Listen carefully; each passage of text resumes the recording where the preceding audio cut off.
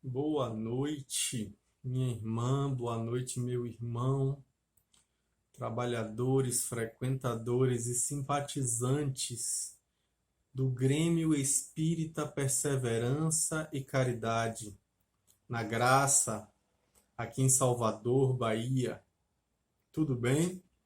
Eu sou o professor Danilo Cruz, trabalhador voluntário do Centro Espírita Paulo e Estevão, também em Salvador, na Pituba. E estou aqui hoje para conversarmos um pouco sobre uma frase famosa de Jesus, quando ele nos assevera: Eu vim para que tenhais vida e vida em abundância.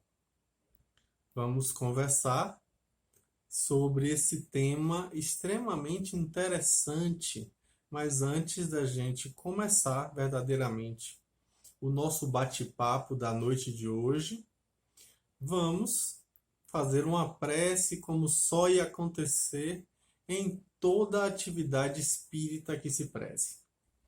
Elevemos os nossos pensamentos ao mais alto, ao mesmo tempo em que nos conectamos com o mais profundo em nós.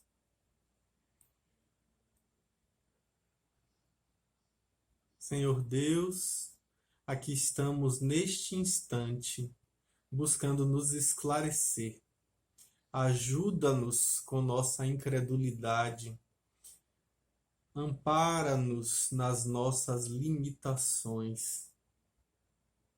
Com os corações transbordando em gratidão, nós lhe pedimos que nos auxilie a nos tornarmos receptivos à tua mensagem libertadora de consciências, à tua influência benfazeja em nossas vidas. Que a tua amorosidade, que é incessante, possa ser por nós percebida e multiplicada. Muito obrigado, Senhor, que o teu amor permaneça conosco agora e sempre. Que assim seja. Maravilha! Vamos agora falar um pouquinho, explorar um pouquinho esse tema tão crucial para as nossas vidas, que é vida em abundância. Como assim vida em abundância? Quando a gente pensa em termos de vida, a gente leva em consideração geralmente essa noção que a gente tem da vida biológica, que se inicia na fecundação e se encerra no fenômeno morte, que muita gente, é bom lembrar, acaba confundindo com um antônimo de vida, né? Quando a gente pergunta qual é o contrário de vida, não existe um contrário de vida. A gente pode dizer que o contrário da morte é o nascer, porque no início e o resto está no fim. Né? Então a gente está falando aí de dois momentos diferentes do mesmo processo, que é a vida biológica, ou seja, a morte faz parte da vida e não é o contrário dela. Então é interessante quando a gente vê desse jeito, porque nessa leitura a gente vai conseguir enxergar que, na verdade, se houvesse um contrário para a vida, seria o não viver, seria o desperdiçar esta vida, porque essa vida, na verdade, é infinita. É uma vida que a gente sabe que não cessa, não acaba, continua, prossegue. Como diz Lavoisier, nada se cria, nada se perde, tudo se transforma. Então esse princípio científico serve direitinho para quando a gente pensa em termos espirituais. Minha personalidade não se perde, ela se transforma com o processo da dissolução do meu organismo físico. Então, com isso, nós percebemos que a vida continua, a vida segue. E é por isso que, volta e meia, nas minhas palestras, eu exploro esse tema dizendo que, na verdade, só existe uma vida, que é a vida eterna. Não à toa que o próprio Kardec se utilizou de um termo bastante interessante para descrever o capítulo de O Livro dos Espíritos a respeito de reencarnação. O título está lá: Pluralidade das existências corporais. A pluralidade das existências, na verdade, são muitas as existências corporais, mas vida é uma só, que é a que segue transversal a essas existências corporais. Tanto assim que nós estamos imersos em um processo evolutivo, como vamos encontrar muito bem delineado na questão de número 115 de O Livro dos Espíritos, quando fica muito claro lá que nós fomos criados simples e ignorantes e estamos em processo de aprimoramento, esse processo que a gente dá o nome de evolução. E aí é interessante a gente lembrar, né, o que é que faz com que a gente consiga catalisar esse processo evolutivo, né? A gente sabe que é uma outra questão também de O Livro dos Espíritos, que é a 886, que vai falar que o que realmente interessa, conforme a uma lógica da visão que Jesus teria dela, é a caridade. Porque fora da caridade não há evolução. A gente usa geralmente a frase, aquela frase que é uma frase bem impactante, trazida por Kardec: fora da caridade não há salvação, mas na verdade Kardec utilizou-se dessa frase para se contrapor a uma frase vigente à sua época, que dizia que fora da igreja não há salvação. E aí o que é que os espíritos vão trazer, e Kardec anota muito bem, e serve de frontispício para a doutrina essa frase, é que fora da caridade não há salvação. Só que nós somos espíritas, e o espiritismo é uma doutrina evolucionista, não é uma doutrina salvacionista. Salvar-se de quê? Se não de si mesmo, das suas próprias limitações, das suas próprias dificuldades, da sua própria ignorância. Então esse processo do viver é ir gradativamente incorporando na nossa existência de maneira significativa esse processo da caridade, que é descrito lá na questão 886 de O Livro dos Espíritos, como sendo benevolência para com todos, indulgência para com as imperfeições alheias e perdão das ofensas. Benevolência, indulgência e perdão. Então, esse é o processo de catalisar. É a vivência disso que interessa nas nossas existências corporais.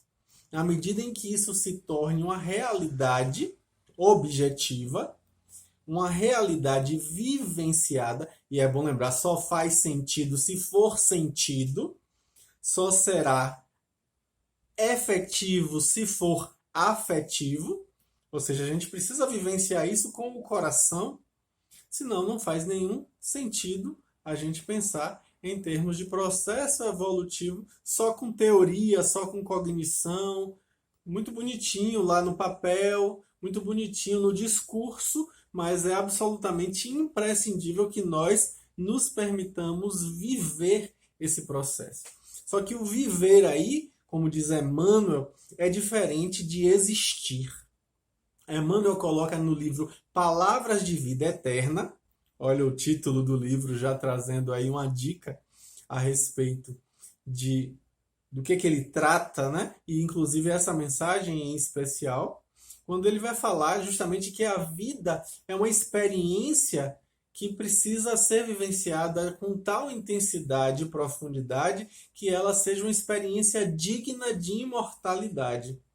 Enquanto que a existência é diferente. Existir, como diz Emmanuel, as pedras existem, as coisas ao nosso redor existem, a matéria existe, mas viver é muito mais do que existir.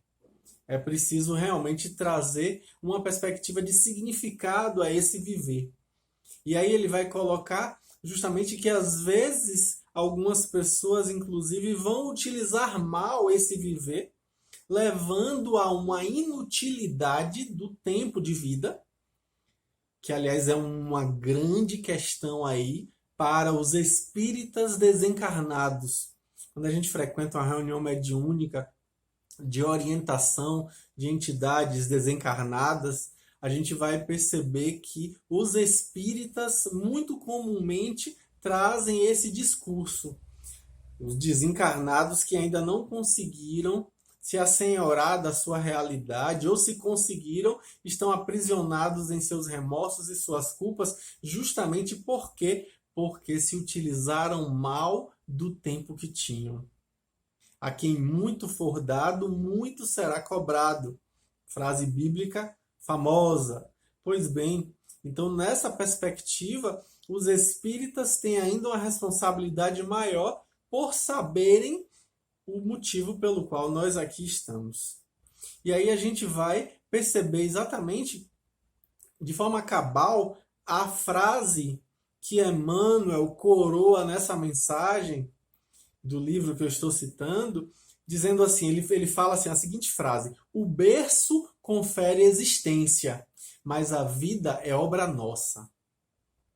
Olha que fala interessante, né? A gente precisa verdadeiramente perceber a necessidade de aproveitar a vida. Só que quando a gente fala aproveitar a vida, geralmente a gente tem uma visão bem equivocada a respeito desse termo, trazendo um olhar muitas vezes envolto de um equívoco materialista de que aproveitar a vida é gozar das sensações, dos prazeres sensoriais, aproveitar a vida como sendo degustar coisas de qualidade, aproveitar a vida como sendo ter prazer e ponto final.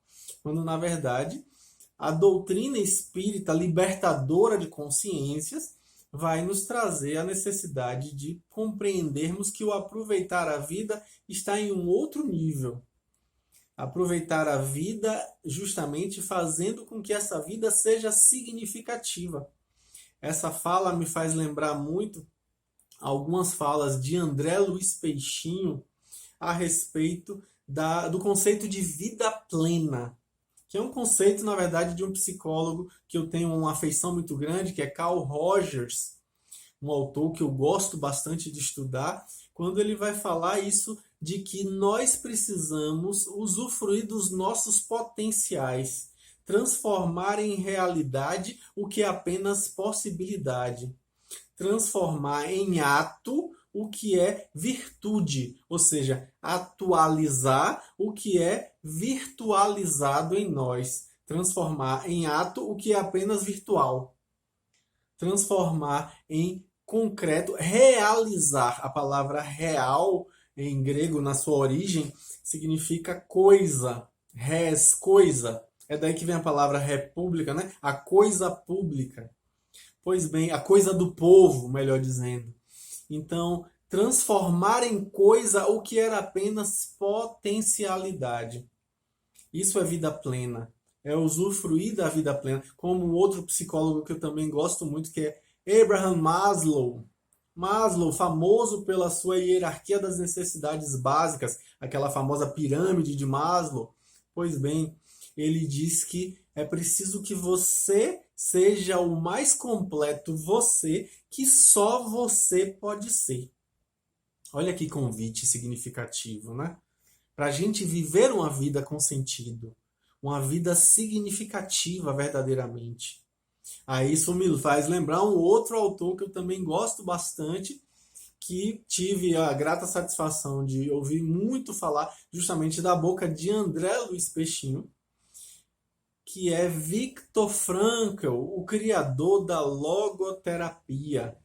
Ele que trabalhava exatamente ajudando as pessoas a encontrarem um sentido para as suas existências.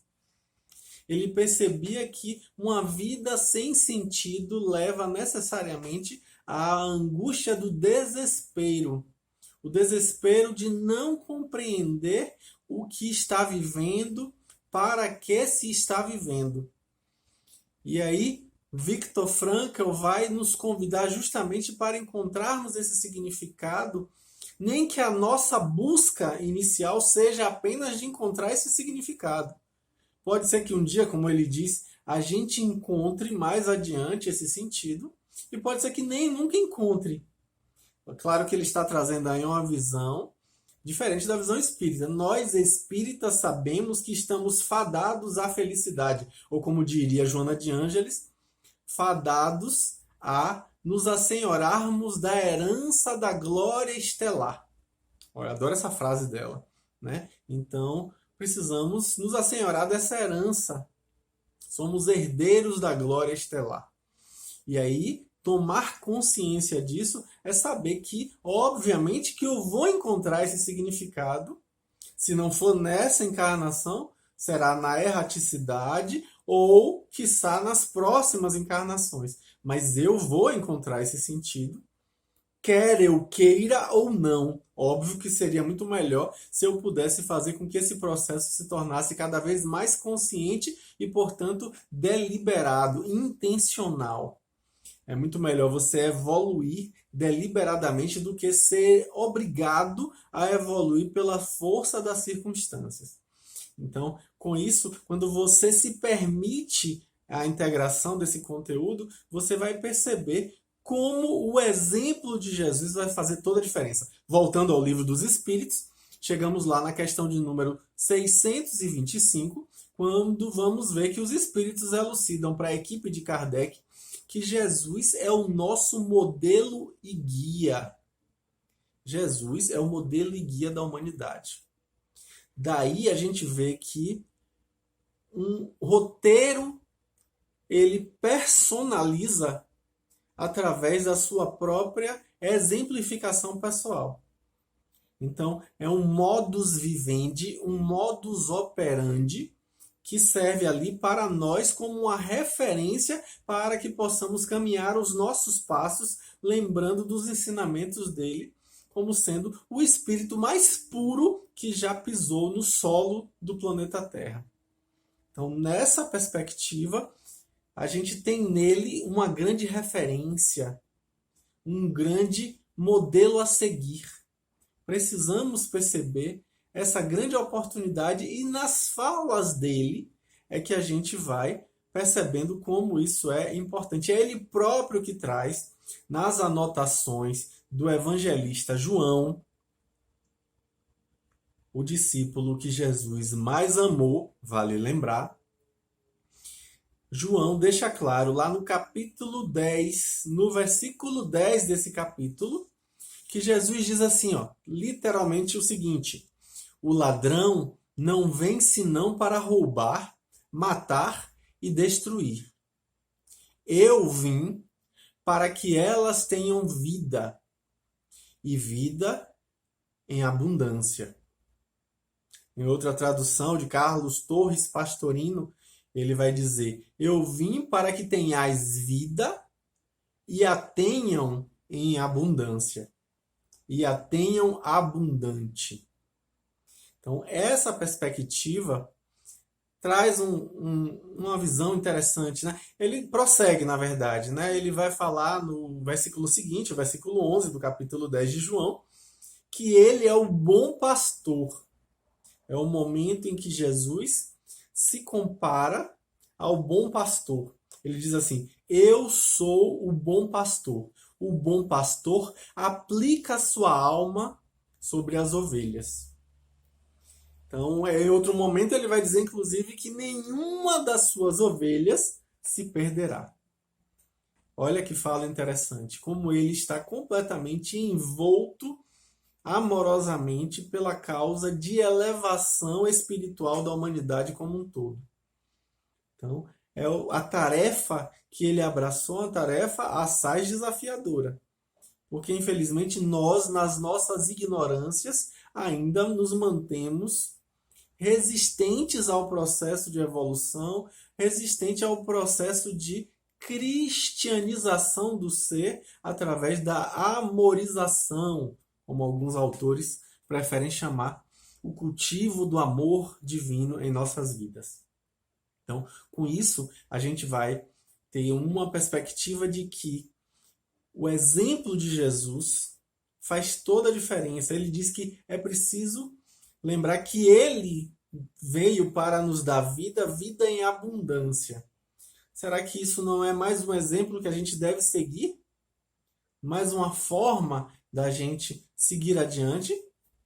Aí tem também uma passagem interessante que a gente vai ver que a mente promove doença e protagoniza a cura.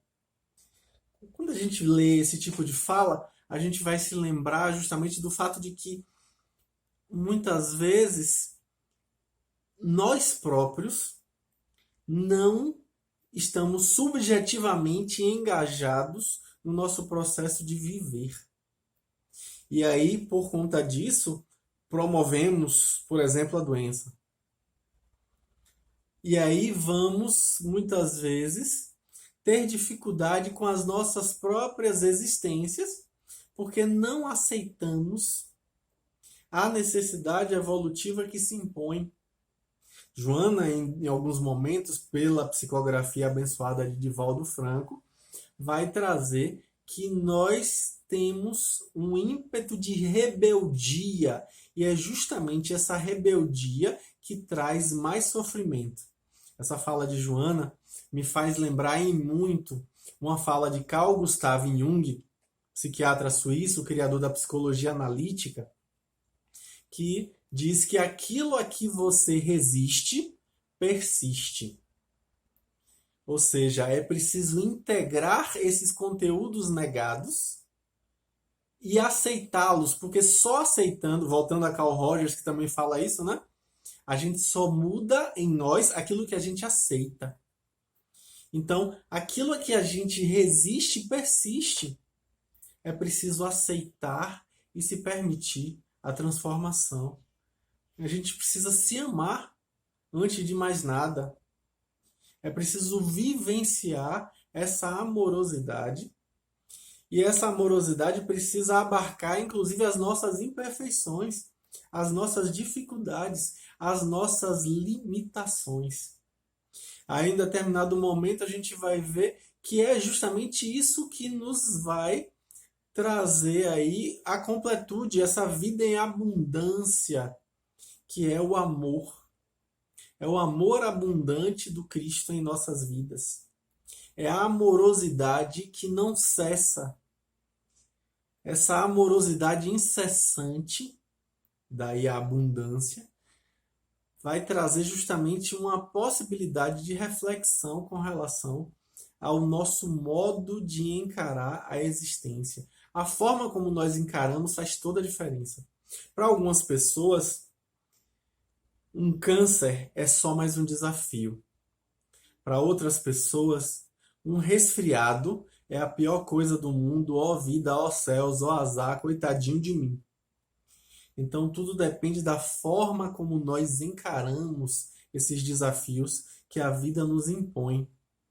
Então, óbvio que isso vai fazer toda a diferença. Em outra passagem também famosíssima, Jesus vai falar o quê? Deixai aos mortos o cuidado de enterrar seus mortos. A gente vai encontrar isso lá no capítulo 9 de Lucas e também no capítulo 8 de Mateus. Essa fala, né, de deixar aos mortos o cuidado de enterrar seus mortos. Por quê? Porque existem pessoas que, apesar de estarem biologicamente vivas, não estão afinizadas com o seu processo de viver com abundância, no sentido mais pleno da palavra. Porque, infelizmente, a gente ainda tem um olhar extremamente limitado e estreito, materialista, e uma vivência materialmente orientada para fazer com que a gente vivencie isso de uma forma a pensar que, poxa vida, viver em abundância quer dizer usufruir de riqueza? Viver a abundância quer dizer ter conforto? Ter luxo? Não. A coisa é um pouco diferente. Viver a abundância é justamente poder usufruir dessa abundância de maneira significativa para as nossas existências. Aí eu trago aqui uma fala interessante, que é justamente o quê? Que a abundância geralmente remete a uma grande quantidade de alguma coisa, não é verdade? Pois bem, às vezes, quando a gente pensa em termos de grande quantidade, a gente vai pensar, mas vida em abundância quer dizer o quê? Longevidade? Quer dizer ter uma vida grande, longa? Porque a gente tem visto isso, né? Há uns 50, 60 anos, a expectativa de vida era 45, 50 anos de idade. Hoje nós já alcançamos algo em torno de 75 anos de expectativa de vida, que já aumentou bastante, né? Levando em consideração que na época de Jesus a expectativa de vida era 30 anos de idade, é já uma grande revolução, né? Chegar aos 75. Um homem aos 45, 50 anos, na época de Jesus, já era considerado inclusive idoso. Só para a gente ter uma ideia, né? De como é essa perspectiva. Então, vida abundante não é ter mais vida, uma vida longa, não, não, não. Não tem a ver com essa longevidade. A gente está falando aí muito mais do que uma vida extensa, é uma vida intensa. Uma vida com profundidade, em que a gente possa de verdade despertar as nossas potencialidades. Viver significativamente, né? A gente sabe que parece que atualmente o tempo passa mais rápido do que antes, né? Na verdade é porque a gente tem vivido muito mais intensamente atualmente por conta de uma quantidade enorme de informações que nós temos, né? Hoje temos muita informação. Já li há algum tempo um texto que falava algo mais ou menos sobre o fato de que um homem na Idade Média tinha acesso a uma quantidade específica de informações que se assemelha a pouco mais de um dia de uma vida inteira que é vivida hoje no século XXI. Então, com isso a gente vai perceber que sim, a gente tem vivido de forma muito mais intensa e estamos sendo cada vez mais convidados, inclusive pela mídia, a esse posicionamento de intensidade. Só que, óbvio que aqui eu estou trazendo a necessidade da gente olhar mais para o lastro, buscando nessa intensidade uma profundidade e não uma mera horizontalidade, ou seja, precisamos arcar com uma verticalidade. Porque a horizontalidade é muito fácil a gente viver de forma intensa, né? Viver o tete a tete da Terra, os convites da questão da encarnação atual. Isso é muito simples, muito fácil de viver. Só que, óbvio que a gente está sendo convidado a horizontalizar a coisa, levando esse horizontal para cima, erguendo no formato da cruz, né? O horizontal sendo verticalizado, subindo no vértice. Justamente carregar a nossa cruz, como diz Jesus.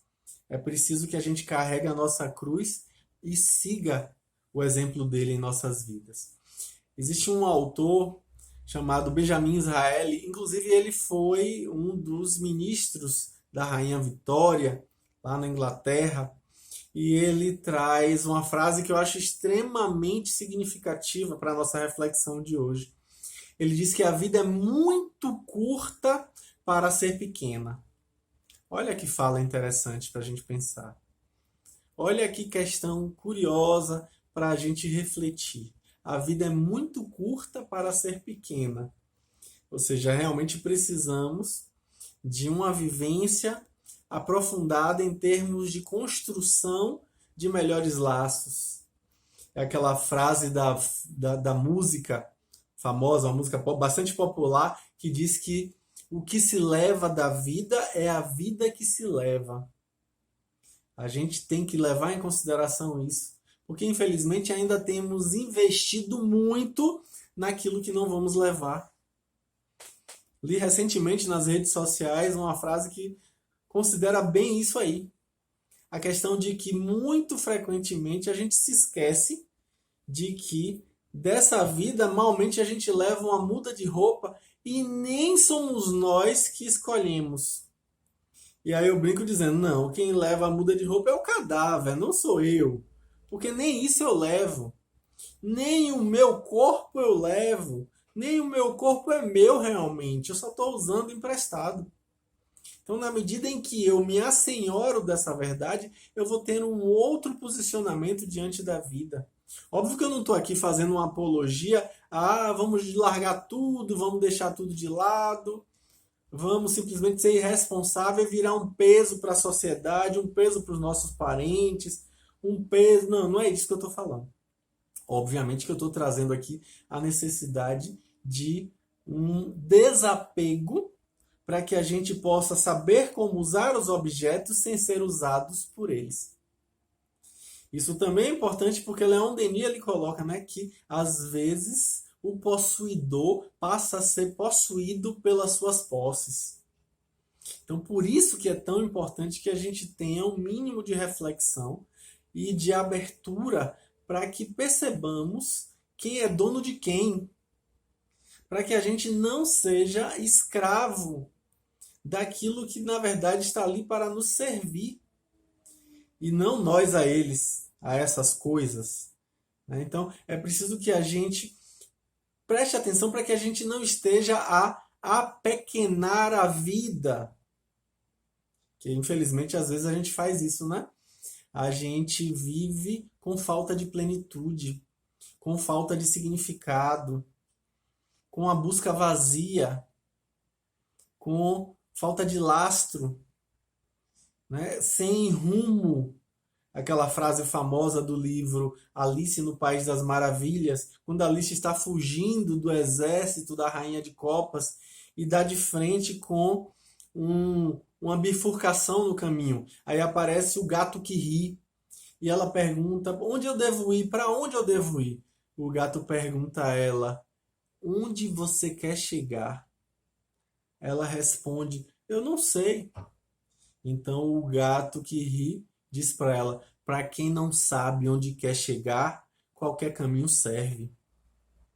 Então a gente precisa saber onde a gente quer chegar. Qual é a nossa construção? Como serão os nossos próximos 100 anos?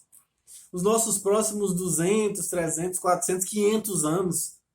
Porque sim, nós podemos fazer uma progressão, né? Às vezes, eu sendo psicólogo, sou muito buscado por espíritas querendo saber sobre terapia de vivência passada, né? Terapia de vidas passadas, como os leigos geralmente chamam. E aí, eu que recebi treinamento nisso, pouco uso, justamente porque percebo que, infelizmente, a maior parte das pessoas acabam tendo muito mais curiosidade do que verdadeira necessidade com esse tema. E aí eu brinco e digo assim, que tal a gente fazer uma terapia de vidas futuras? Que tal a gente fazer um planejamento reencarnatório antecipado? Ainda nessa encarnação, vamos planejar a próxima? Porque é uma coisa possível, uma coisa viável para a gente realmente trazer à tona, né? A gente conseguir engendrar, empreender, né? Realizar. Às vezes a gente fica muito preso no olhar retrospectivo, olhando para trás, em vez de ter um olhar prospectivo, se perguntando, poxa, onde eu posso chegar? Para onde eu quero ir? O que é que eu desejo fazer? Para onde meu caminho está apontando? Então esse olhar para frente vai fazer toda a diferença, porque a gente passa a enxergar de uma outra forma. A gente passa, inclusive, a relativizar o impacto negativo de certas vivências, porque a gente tem em vista o que está lá adiante nos aguardando, caso consigamos, melhor dizendo, trazer esse foco, né? Essa perspectiva de, poxa, eu posso, eu vou, porque o que está me aguardando mais adiante é isso aqui, é o que eu desejo, é o que eu almejo, é o que eu aspiro. Então, quando a gente tem esse objetivo mais amplo, a gente sabe, poxa, eu preciso ser mais desapegado, eu preciso melhorar a qualidade dos meus relacionamentos, eu preciso ser mais tranquilo, controlar menos as relações, manipular menos as pessoas. Eu preciso cultivar amorosidade, ser uma pessoa mais generosa.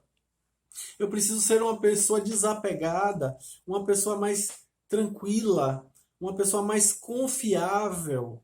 Eu preciso ser uma pessoa que tem fé de que as coisas vão dar certo, uma pessoa mais otimista, uma pessoa que vale a pena conviver, porque isso faz toda a diferença. Isso faz toda a diferença. Aí quando a gente vai ver, né, com relação à atitude que a gente tem diante da vida, aí eu sempre gosto de me lembrar do fato de que, muito frequentemente, a gente tem como um dos principais modos de viver a questão do trabalho. Que algumas pessoas têm um objetivo de vida de ter um emprego, né? É diferente. Trabalho e emprego são duas coisas diferentes. Eu aprendi isso com meu pai, cresci ouvindo isso, e eu acho que isso é uma grande verdade, né? Emprego é uma coisa, trabalho é outra. Tem gente que quer emprego, mas não quer trabalho, né? Então a gente tem essa possibilidade. Enquanto que o emprego muitas vezes é visto ali como uma fonte de renda, o trabalho é visto como uma fonte de vida. Aliás, eu gosto de uma frase de Khalil Gibran, quando ele coloca no livro O Profeta, que trabalho é o amor feito visível. Eu acho essa frase fabulosa. Pois bem, quando a gente verdadeiramente encara a vida como esse processo de trabalhar, né, que vai trazer justamente o trabalho como fonte de vida, a gente tem uma outra perspectiva, uma outra lógica. E falar disso me faz lembrar também o livro do Apocalipse, o livro bíblico famoso, né, escrito por João na ilha de Patmos, quando ele diz o quê? Que ele tem uma frase que é bem contundente, é uma frase difícil às vezes até de engolir, porque é uma frase que impacta quando a gente lê logo de cara. Ele diz assim, ó, que Deus vomitará os mornos. Olha que frase aí interessante para a gente refletir. Porque o morno não serve nem para se engolir. Deus vomitará os mornos. É preciso que a gente lembre do sim, sim, não, não. Que o que foge disso aí é do inimigo. Ou seja, é preciso ou você ser quente ou você ser frio. Morno, essa neutralidade, essa suposta imparcialidade, esse desengajamento remete muito mais a aquela frase de Jesus dos mortos enterrando seus mortos. Ou seja, a pessoa parece um zumbi, apesar de encarnado, parece que vive como se não tivesse vivo. É uma coisa meio morna, meio sem a intensidade da qual eu falei agora há pouco, né? Que tenha profundidade, que tenha lastro, que tenha princípios e valores, que tenha robustez. Então, com essa perspectiva, a gente vai perceber que a vida necessariamente implica em trocas. Viver é fazer trocas. Até o respirar é isso, né? Respirar é quando você puxa o ar e troca o oxigênio do ar pelo gás carbônico que ali estava no sangue. E aí você faz aquela troca. Viver é fazer trocas o tempo inteiro. Nós aprendemos nas experiências uns com os outros. Aí eu lembro de uma frase chinesa, da sabedoria chinesa, que diz que quando um homem encontra outro homem e cada um deles tem um pão e eles trocam de pão, cada um volta para casa com um pão. Mas quando um homem encontra outro homem, cada um com uma ideia e eles trocam ideias, cada um volta para casa com duas ideias. Nós multiplicamos na medida em que a gente troca, em termos espirituais, em termos psicológicos, em termos educacionais. Então, é preciso que a gente se assenhore dessa necessidade de viver, lembrando que viver implica em fazer trocas. Aí eu gosto também daquela metáfora que diz que o mar morto só é morto justamente pelo fato de que ele, sendo muito baixo em termos de altitude, ele é bem baixo, né, em relação à planície onde ele é colocado, lá embaixo. O que acontece? Ele recebe a água dos rios ao redor, a exemplo do Rio Jordão, e não espalha a água. Ele amontoa a água e aquela água fica ali salga. E por isso ele é chamado de mar morto. Ele é tão salgado que não tem peixes. Ele tem vida microscópica. Mas não tem aquela vida abundante que tem ali do lado, no Lago de Genezaré, também conhecido como Mar da Galileia, onde Jesus pregava nas suas margens. Pois bem, ali é um lago piscoso, um lago verdejante, apesar da paisagem árida, ali ao redor nós vemos que existe verde, existe vida. Então, por que isso acontece? Porque ele recebe a água e espalha em diversos riachos, rios, inclusive no Rio Jordão. E aí a gente vai aprendendo com isso, né? Que quando a gente amontoa e não espalha, não faz trocas, a gente morre um pouquinho. É preciso que a gente espalhe o que vem para nós. É preciso que a gente crie abundância justamente para aqueles que cruzam o nosso caminho. É preciso que a gente consiga perceber que existe uma diferença enorme. Por exemplo, a gente está numa época de fim de ano, né? Natal que está chegando, aí já estamos no mês de dezembro de 2020. Pois bem, no Natal nós vemos muitas mesas fartas, mas que não são abundantes. De que adianta ter aquela mesa lindissimamente decorada, cheia de ornamentos, cheia de alimentos, mas as pessoas malmente dialogam entre si. Malmente se lembram na noite de Natal que aquilo ali é um aniversário. É a comemoração do nascimento de Jesus. Malmente se lembram do aniversariante. Malmente fazem uma oração naquele instante de trocas natalinas, de sorrisos, de alegrias. Malmente sabem que a figura do Papai Noel, na verdade, é uma corruptela de um cristão fervoroso chamado Nicolau, conhecido como São Nicolau pela Igreja Católica. Santa Claus na língua inglesa, né? São Nicolau vem daí justamente, que sabendo que era aniversário de Jesus nessa época do ano, ele dava para os mais pequenos, como o próprio de Jesus disse, né? Quando deres a um dos mais pequenos, é a mim mesmo que o dás. Ou seja, é o presente para Jesus. E a gente se limita ali para o nosso núcleo familiar e vai dar presente só para as crianças da família e olhe lá. Se esquecendo que o convite é para que a gente vá para os mais pequenos, os mais necessitados, para poder dar esse presente para Jesus. Fazer o bem, viver a mensagem do Cristo é o maior presente que a gente tem para dar a Ele. Então existe uma diferença enorme entre ter uma mesa farta e ter uma ceia abundante. Então é necessário que a gente vivencie essa abundância nas pequenas coisas. É preciso que a gente perceba que para haver abundância sempre é necessário haver partilha. Essa troca que eu falei agora há pouco é a condição sine qua non para haver abundância. Partilha, precisamos partilhar. Quanto mais a gente partilha, mais a gente tem. Na verdade, aquele a quem mais é dado, mais receberá. Então é preciso que a gente perceba. E aquele que menos tiver, o que supostamente tiver dele será retirado. Então é exatamente isso. A gente precisa multiplicar os talentos que são depositados em nossas mãos. E aí a gente vai, obviamente, multiplicando, tendo cada vez mais abundância, espalhando o bem. Porque quanto mais nós recebemos o bem, mais temos a necessidade de multiplicá-lo ao nosso redor. Então é essa a vida em abundância. Às vezes a gente fica se perguntando, será que a vida após a morte? Eu acho meio estranho o espírita perguntar isso, mas tudo bem, vamos lá. Vamos dizer que seja um simpatizante. Mas às vezes acontece da gente ficar, puxa, a dúvida, né? Na dúvida, as grandes dúvidas. Para quem é médium é mais difícil ter essas dúvidas, porque sabe ali ver de forma cabal, de forma crucial, que não é possível que não seja uma realidade concreta aquilo ali que está vivendo, né? Então, a vida abundante ali, a gente vai se perguntar, poxa, e tem vida após a morte? Eu acho que essas pessoas precisam se preocupar muito mais se elas estão, na verdade, vivenciando vida antes da morte.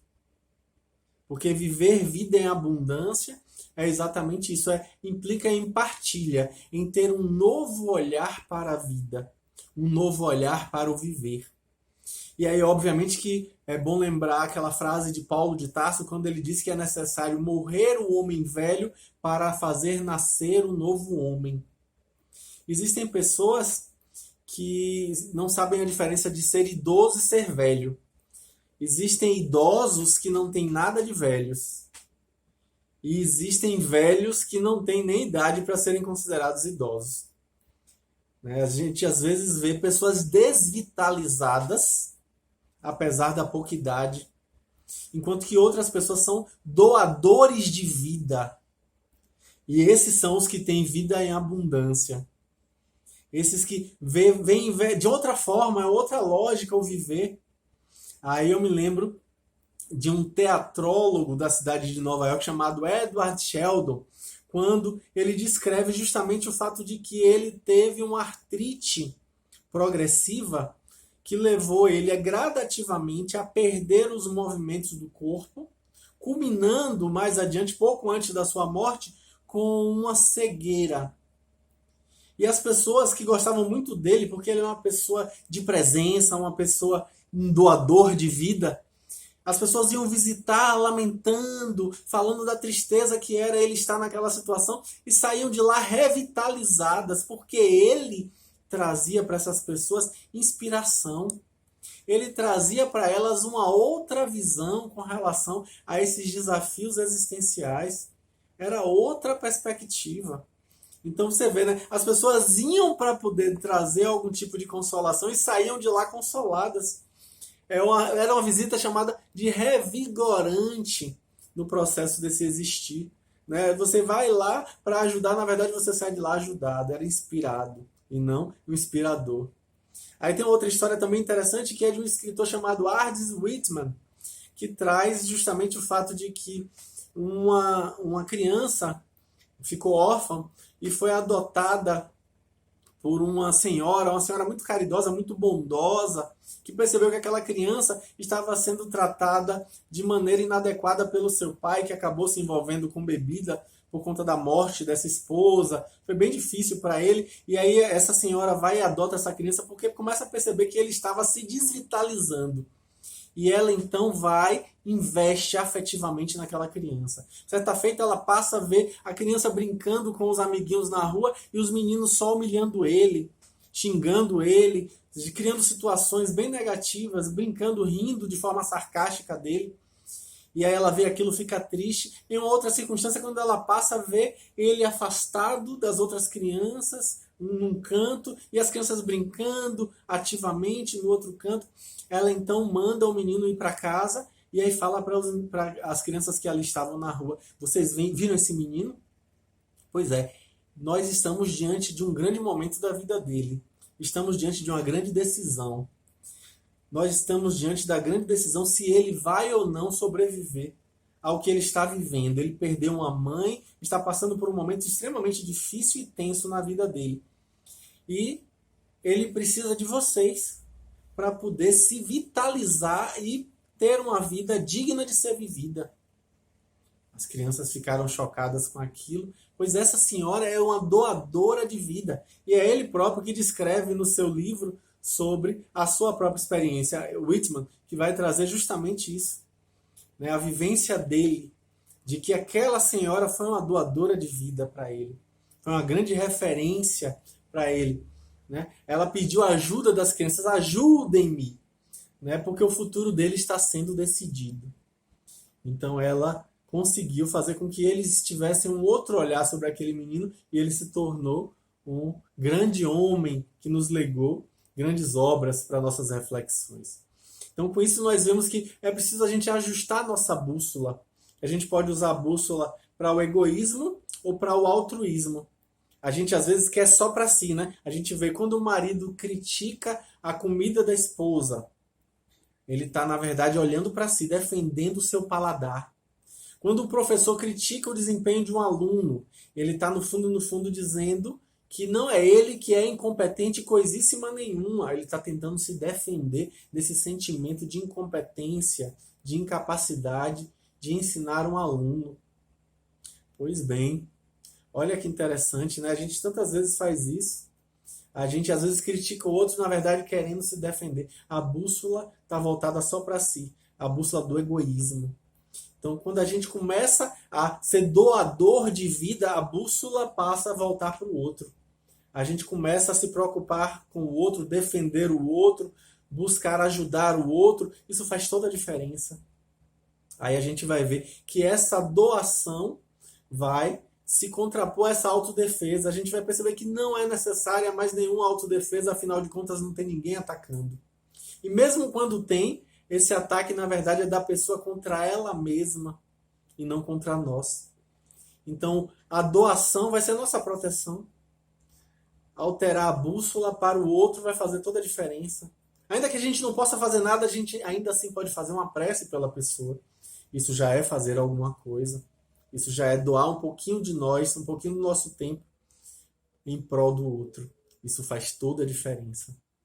E algumas pessoas que aparentemente vivenciam uma circunstância em que a vida neles é algo como que escassa, mas na verdade elas são pessoas que trazem abundância. Eu me lembro do exemplo de Jerônimo Mendonça, o gigante deitado, palestrante espírita famoso. Vale a pena dar um Google sobre ele, perguntar um pouquinho lá no Google, olhar no YouTube vídeos de Jerônimo Mendonça, ele que fazia palestras deitado numa maca, dando exemplo, com muito bom humor, dando risada, mostrando como a doutrina espírita nos insufla uma outra perspectiva do existir, nos estimula um outro olhar diante da vida, como faz diferença, como a gente tem um outro modo de existir, um outro modo de viver. A gente se inspira. A gente sabe que as agruras que chegam não chegam sem sentido. São aprendizados. A gente passa a olhar de outra forma. A gente passa a se perguntar em que eu me robusteço nessa circunstância. O que eu aprendo com isso? Como o meu orgulho e o meu egoísmo vão recebendo as pancadas necessárias para se burilarem e se transformarem em caridade, em humildade. Como é que eu posso me tornar uma pessoa melhor vivendo essa circunstância difícil? É um outro olhar, uma outra perspectiva. Então, é absolutamente necessário que a gente lembre que a gente precisa ser doador de vida. E assim a vida será vida em abundância.